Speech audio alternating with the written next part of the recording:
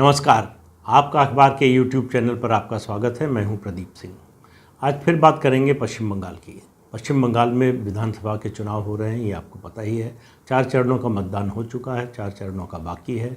चौथे चरण के मतदान में 10 अप्रैल को हिंसा हुई, इसकी भी खबर है आपको। इसका जिक्र मैं पिछले वीडियो में कर चुका हूँ।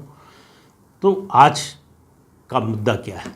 आज का मुद्दा ये है कि पश्चिम बंगाल के चुनाव में ममता बनर्जी बीजेपी से लड़ रही हैं, कांग्रेस लेफ्ट और आईएसएफ के गठबंधन से लड़ रही हैं, चुनाव आयोग से लड़ रही हैं या फिर केंद्रीय सुरक्षा बलों से लड़ रही हैं। ये सवाल महत्वपूर्ण इसलिए हो जाता है कि जितने आरोप उन्होंने बीजेपी पर लगाए हैं उससे कम पिछले कुछ दिनों में चुनाव आयोग और सुरक्षा बलों पर नहीं लगाए।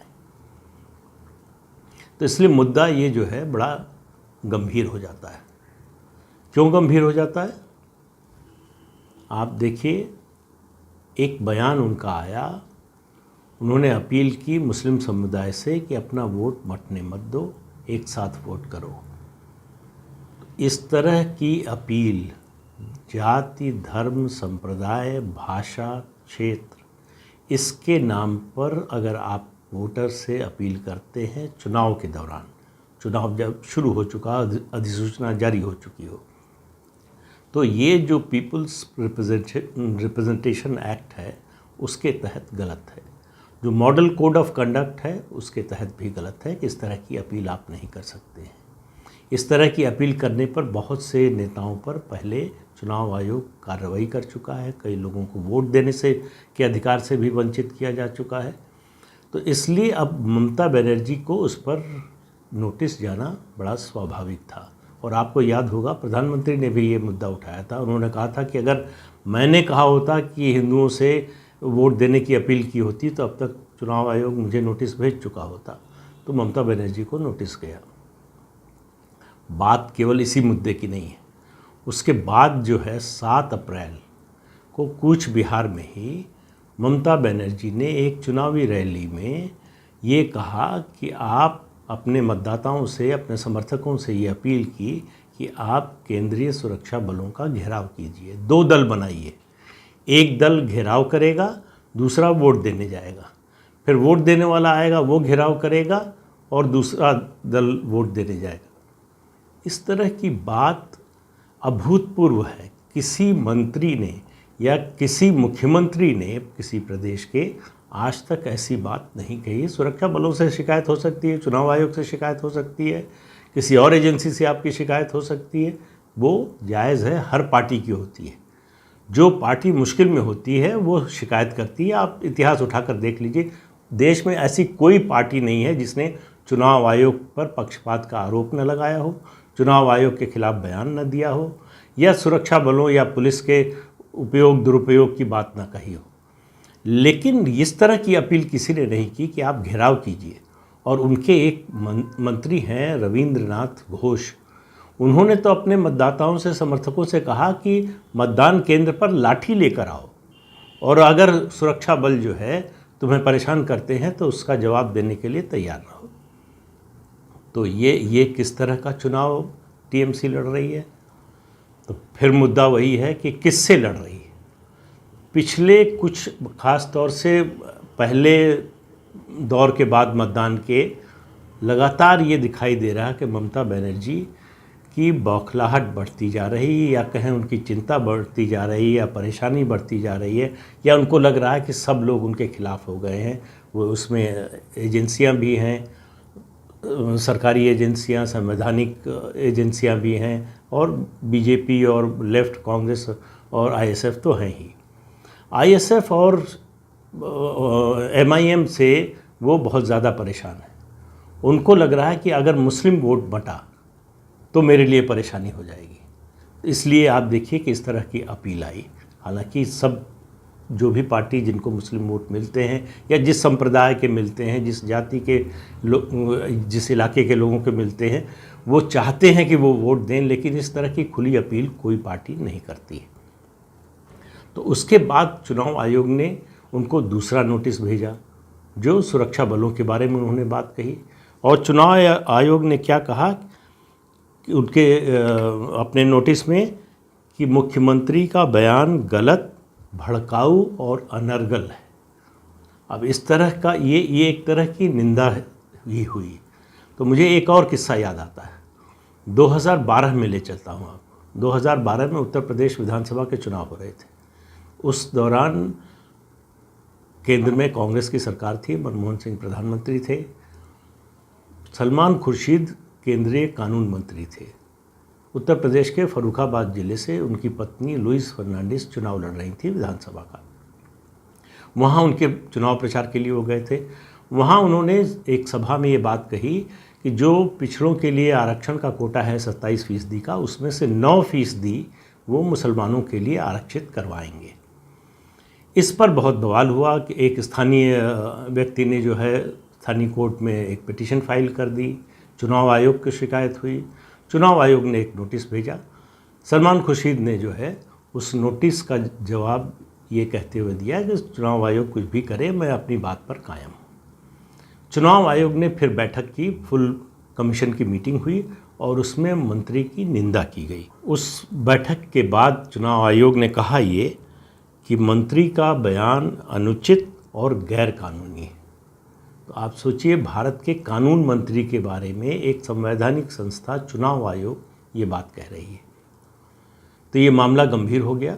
चुनाव आयोग ने बैठक करने के बाद फिर उनके खिलाफ निंदा प्रस्ताव पास किया कि ये चुनाव आयोग की जो संवैधानिक महत्ता है उसको चुनौती देने जैसा है।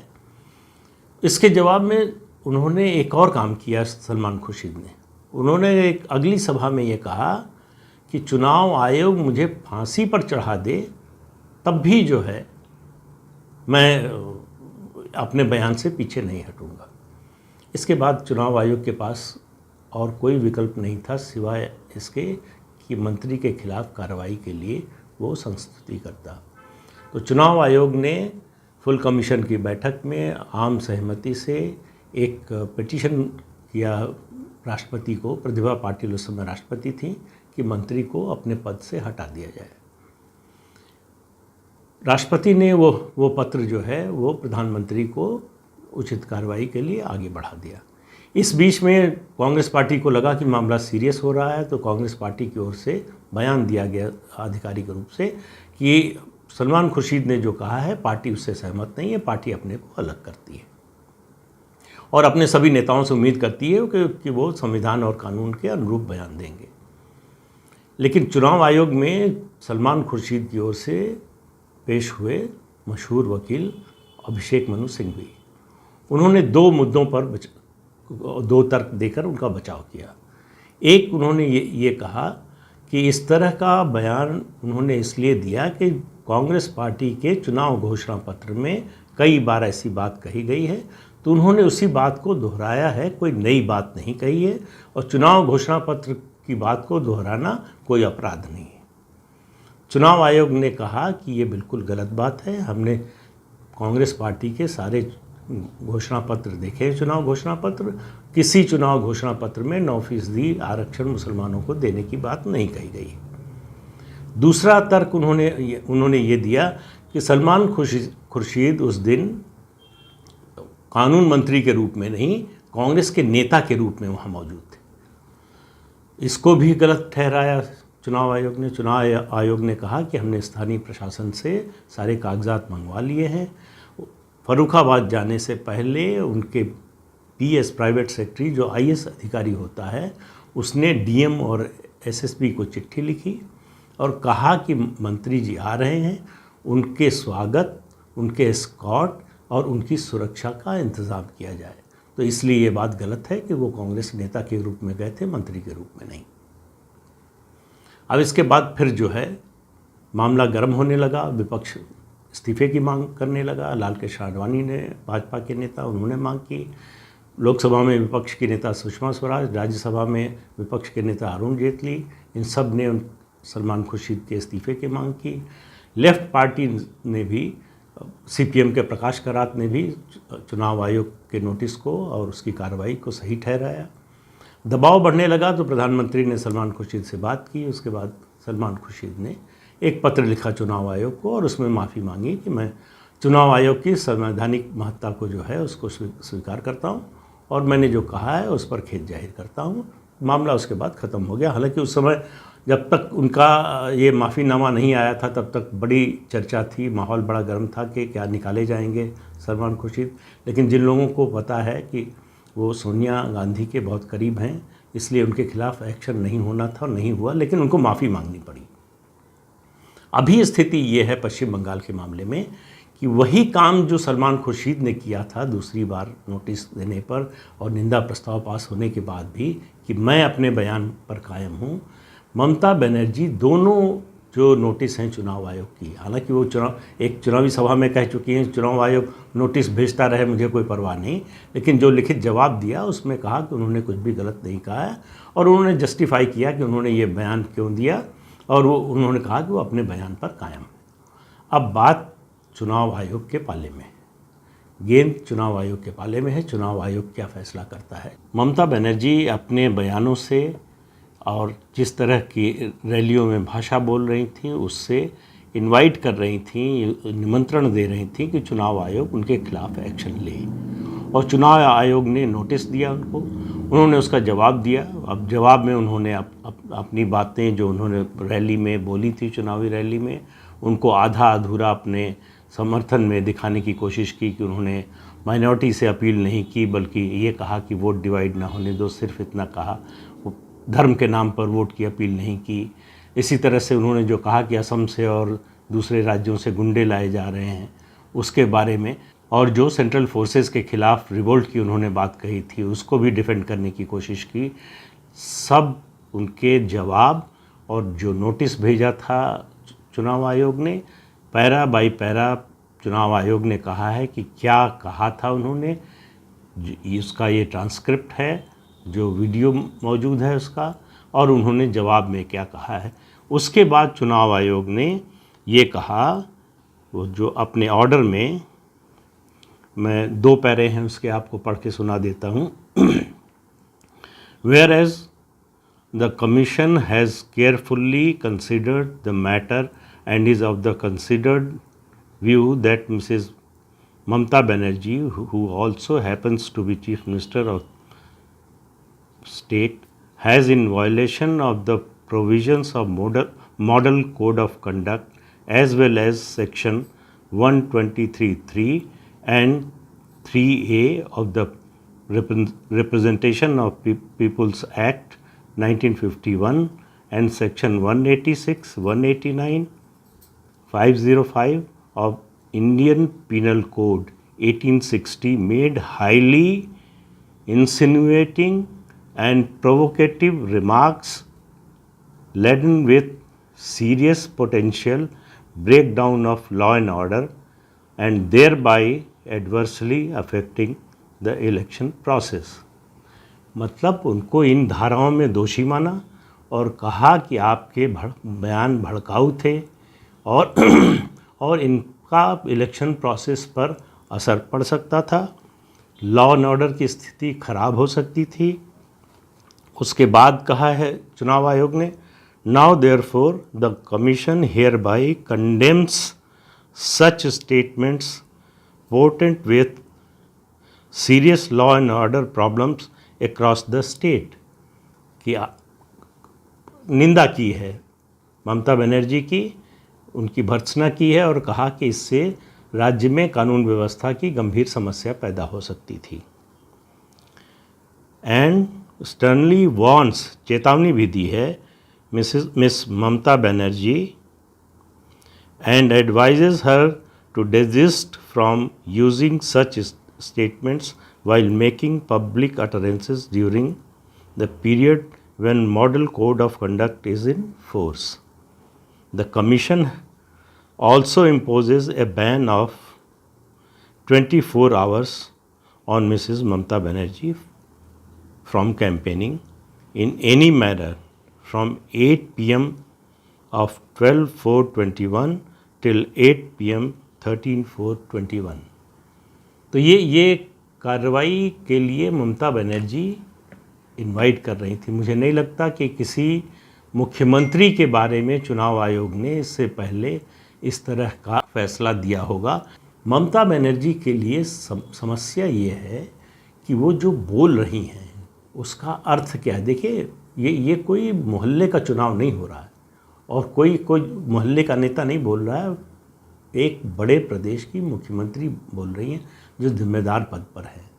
ममता बनर्जी से कम ये अपेक्षा, शिकायत उनको हो सकती है, किसी से भी हो सकती है, किसी भी संस्था से हो सकती है, वो शिकायत अपनी दर्ज करा सकती हैं, लेकिन इस तरह से किसी संवैधानिक संस्था की गरिमा को घटाना ये शायद ठीक नहीं है। और सुरक्षा बलों के खिलाफ इस तरह का आह्वान, उसका नतीजा हमने देखा 10 तारीख को कुछ बिहार में क्या हुआ।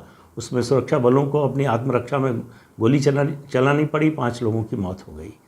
तो ये इस तरह के बयान क्यों दे रही हैं ममता बनर्जी? देखिए, असल में चुनाव के समय नेता के सामने लक्ष्य एक ही रहता है कि किस तरह से चुनाव जीतना है, और चुनाव जीतने के रास्ते में कोई सही आए गलत आए, कोई नियम बताने की कोशिश करे, कानून बताने की कोशिश करे, तो वो सुनते नहीं है। और सत्ता में हो तो थोड़ा दिमाग ज़्यादा गर्म रहता है। वही ममता बनर्जी के साथ हो रहा है। जैसे जैसे चुनाव आगे बढ़ रहा है उन्हें लग रहा है कि उनकी स्थिति पहले से बहुत ख़राब है। 2016 जैसी तो बिल्कुल नहीं है। 2019 में जैसी लोकसभा चुनाव में के जो नतीजे थे उससे भी उनको लग रहा है कि ख़राब हो सकती है स्थिति। तो ये उसका गुस्सा है, उसकी खीज है जो निकल रही है। उनकी पार्टी से तमाम लोग चले गए, वो बीजेपी में शामिल हो गए। जो उनके दाहिने हाथ हुआ करते थे आज बीजेपी के सिपहसालार बन गए। तो ये सब उनका गुस्सा है। दूसरा, लगातार बीजेपी हमला कर रही है उनके भतीजे पर। अभिषेक बनर्जी जो सांसद हैं उन पर जो है हमला, जिस तरह से ममता बनर्जी ने उनको आगे बढ़ाया, एक तरह से अपना राजनीतिक वारिस घोषित कर दिया है, उसकी बड़ी नाराज़गी पार्टी के अंदर भी है और पार्टी के बाहर से हमला हो रहा है। तो ये सब मिलाकर ममता बनर्जी को विचलित कर रहा है। पूरा जो माहौल है उसमें उनको कुछ समझ में नहीं आ रहा है। तो वो प्रधानमंत्री को, गृह मंत्री को जो अपशब्द कह रही हैं वो तो कह ही रही हैं, वो उनके राजनीतिक विरोधी हैं। चुनाव के समय बहुत से लोग बहुत सी बातें कहते हैं, लेकिन संवैधानिक संस्थाओं के बारे में बोलते समय सभी नेताओं को, किसी पार्टी के हों, सत्ता पक्ष के हों, विपक्ष के हों, आज ये पार्टी सत्ता में है, कल दूसरी होगी, परसों तीसरी होगी, तो ये सोचकर बोलना चाहिए कि आखिर हमको अपनी समस्या के समाधान के लिए उसी पार्टी के पास, उसी संस्था के पास जाना है। तो ये सोचकर बोलना चाहिए। तो ममता बनर्जी सुन नहीं रही थी। तो सुन क्यों नहीं रही थी? उन्हें लग रहा था कि उनके खिलाफ कोई एक्शन नहीं होगा। उनके खिलाफ एक्शन होगा तो उसका रिएक्शन होगा, उनको फ़ायदा मिलेगा। इसलिए उनके खिलाफ एक्शन लेने की हिम्मत शायद इलेक्शन कमीशन नहीं करेगा, और करेगा भी तो उन्होंने इसीलिए सोची समझी रणनीति के तहत शुरू से ही, चुनाव शुरू होने के साथ ही इलेक्शन कमीशन पर हमला शुरू कर दिया था कि इलेक्शन कमीशन कोई कार्रवाई करे भी तो वो लोगों की नज़र में संदिग्ध हो जाए और वो कह सके कि देखिए हम तो पहले से ही कह रहे थे कि हमारे खिलाफ हैं। लेकिन इलेक्शन कमीशन ने जो बातें कही हैं, जिन धाराओं का जिक्र किया है, वो कानून सम्मत है। जो फैसला लिया है वो कानून सम्मत है, कानून की धाराओं के अनुरूप है और इलेक्शन कमीशन के अधिकार क्षेत्र में आता है। तो इसलिए ममता बनर्जी के लिए बचने का कोई रास्ता नहीं है सिवाय इसके कि इस पर भी वो कोई टीका टिप्पणी आक्षेप करें। लेकिन सभी नेताओं को, चाहे वो टीएमसी के हों, किसी और पार्टी के हों, ये बात समझनी चाहिए कि एक बार मॉडल कोड ऑफ कंडक्ट लागू होने के बाद इलेक्शन कमीशन सुप्रीम होता है। फिर सुप्रीम कोर्ट भी बीच में कोई दखल नहीं देता है। तो इसलिए भले ही मॉडल कोड ऑफ कंडक्ट को कोई वैधानिक या कानूनी अधिकार ना हो, सेंटिटी ना हो उसकी, लेकिन उसकी नैतिक शक्ति इतनी बड़ी है जिसको एंडोर्स करता है सुप्रीम कोर्ट भी। तो इसलिए नेताओं को ये समझकर बोलने से पहले सोचना चाहिए कि क्या बोल रहे हैं, उसका नतीजा क्या निकलने वाला है, उसके इम्प्लिकेशंस क्या होने वाले हैं। तो ममता बनर्जी पर इस कार्रवाई के बाद मुझे उम्मीद है कि बाकी नेता सचेत रहेंगे। तो आज के अंक में इतना ही। अगले अंक में फिर मिलेंगे किसी नए मुद्दे के साथ। लेकिन एक बात और कि आप इस चैनल को देखिए, शेयर कीजिए, सब्सक्राइब कीजिए। आज इतना ही। अगले अंक में फिर मिलेंगे, तब तक के लिए नमस्कार।